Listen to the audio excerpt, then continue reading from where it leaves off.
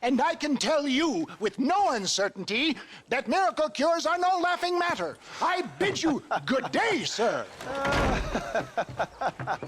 Oh, Mr. Marston, good to see you. How have you been keeping? I'm well, Mr. Mr. West Dickens. Nigel West Dickens of East Cheap, London, New Waverly, New York, and Armadillo, New Austin. At your service. At my service. At everyone's service. At the service of science, of knowledge, of life. How are your wounds? Much, much better. But then they would be. Would be...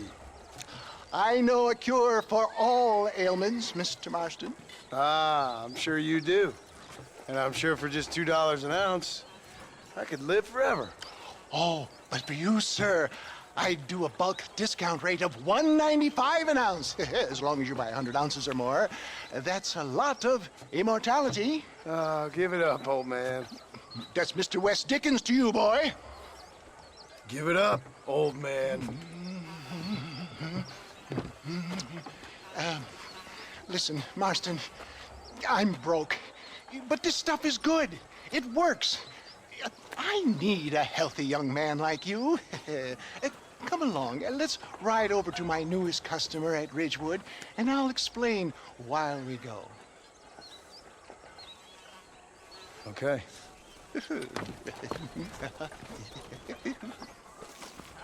All right, John, let us make haste for Ridgewood Farm.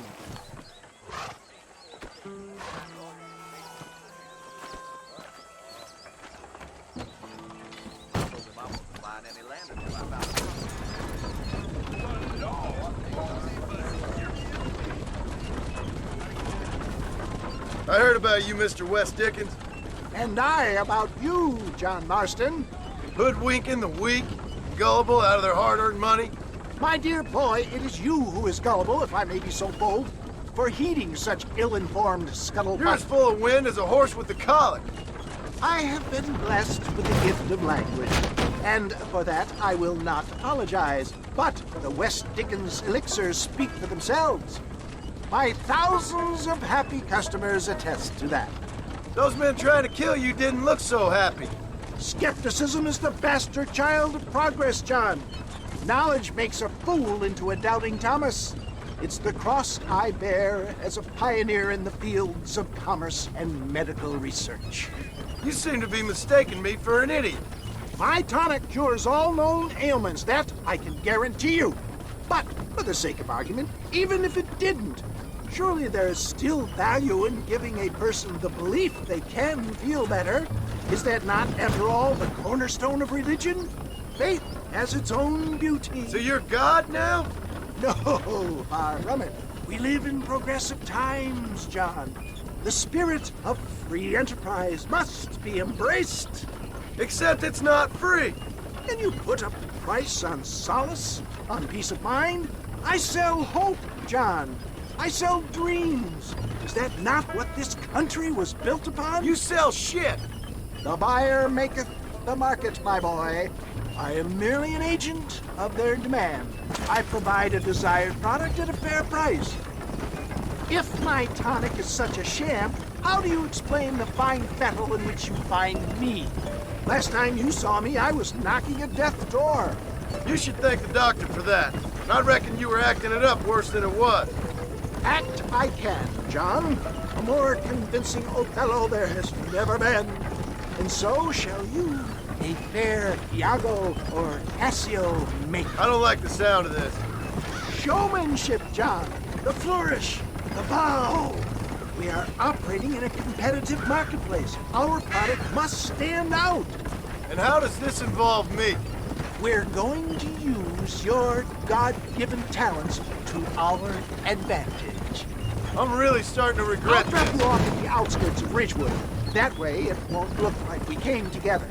Once I'm set up, saunter nonchalantly into the crowd that is sure to be forming. Eventually, I will call you up to try my tonic. After extolling the virtues, I will have you perform a few feats of wonder to amaze and impress the paying public. Such as? Oh, Nothing out of the ordinary for a man in your line of work, I assure you. So it is all a sham. No, just a little innocent ballyhoo to grease the wheels of enterprise, that's all. Do you think that buxom young girl you see on the Voyage camera posters knows the first thing about photography? Advertising, my boy, is the future. You'd best be a man of your word.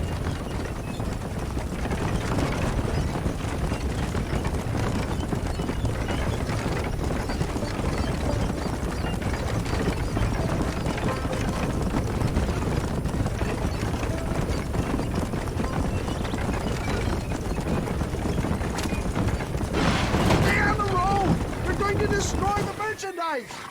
You hop out here, John. Follow me in on foot. I'll see you there. Be ready to enchant the crowd.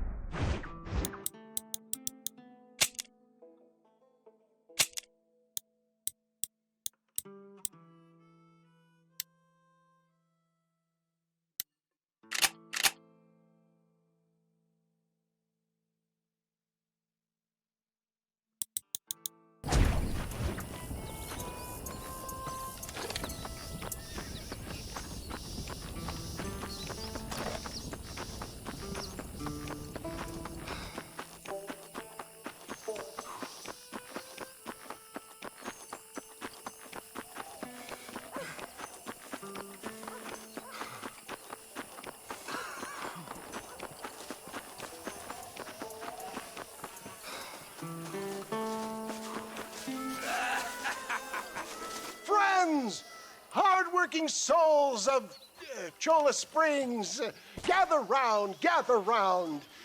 Do you suffer from rheumatism, lumbago, acute chronic sciatic, neurologic, or inflammatory pain? Well, I represent the only company that makes the genuine article that cures headaches, neuralgia, earache, toothaches, backache, swelling, sprains, sore chests, swelling of the throats, contracted cords and muscles, anxieties and ravaged nerves, stiff joints, wrenches, dislocations, cuts and bruises, and it adds vitality and vigor to the healthy man. But can you prove it, old man? Oh, I'm sure there's some customer here who could prove the qualities of it by taking a drink right now. You, sir, come up here. Step right up. That's the spirit. Ladies and gentlemen, pay close attention. This poor, wretched volunteer, entirely unknown to me, will demonstrate the effects of Dr. West Dickens' own patent tonic. Be you a cowpoke or athlete, this miraculous elixir developed with the wisdom of the East keeps the muscles supple and relaxes the cords. It loosens the joints and gives a feeling of youth and vigor to the whole system. Not possible, I hear you say. Well, doubt no longer. Faith can move mountains, but I ask not for faith. I am a man of science, and today science will be vindicated. Your eyesight is greatly improved. Is that not so, friend? If you say so. That's right, it is. You heard him. What a good sport you are, sir. Now, gaze over yonder at that porch. If you squint, you may just be able to make out the skull that's hanging there. Go ahead, friend. Shoot that skull and demonstrate the miraculous eyesight you now possess.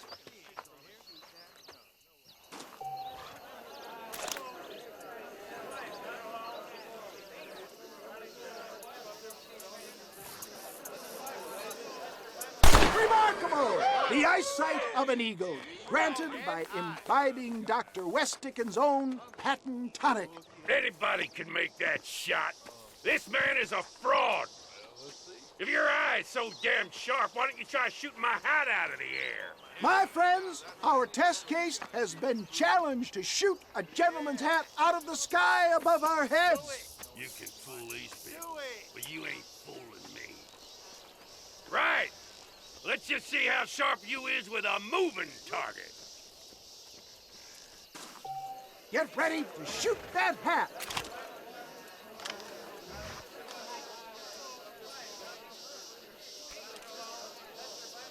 You ready?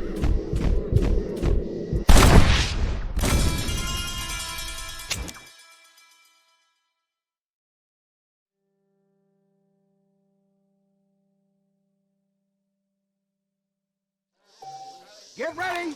He's about to throw it.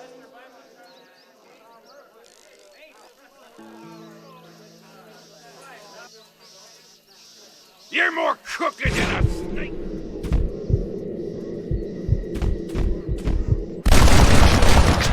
Have you ever seen such an eye? Behold the power of the elixir, plucked out of the sky. Hey! Hey! What? You think you can put a hole in a man's hat and just walk away, do you? Hey, it don't work like that around here, mister.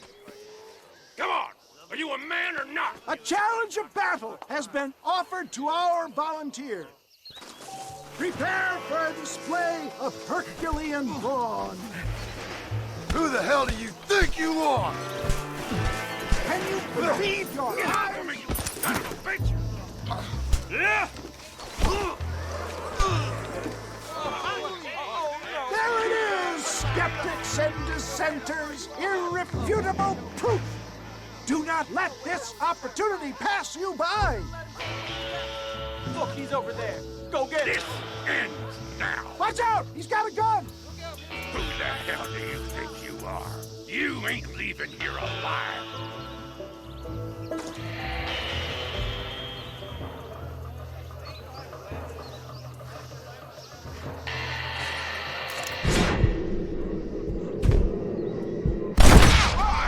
Marvelous shot, dear boy.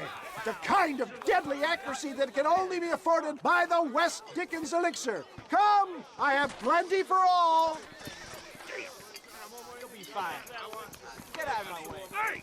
Where are you going? I want a bottle. Get me a bottle, please. One of them, right? No harm in trying one bottle, I suppose. Well, I think that went kind of well, don't you? I'm just glad that my normal job involves either chasing after cattle or murderers. Not the likes of you, mister. Don't be like that. Now, if you'll excuse me, I'd like to say my goodbyes, head on back to the real world. Wait, sir. I've been thinking about your predicament, and I think I may have an idea. I've been thinking I could be your cunning Odysseus. Beware of the Greeks bearing gifts, sir. Williamson had better beware. We will make them into Trojans. I don't rightly get you. I want you to go and see my old friend Seth. He can come across as a little curious, but I'm sure you two will get on. He's most often found at Coots Chapel. He's very devout. Why see him? Because between him and me, we can get those gates to open for you, and you can walk right in, just like in Homer's great Trojan yarn.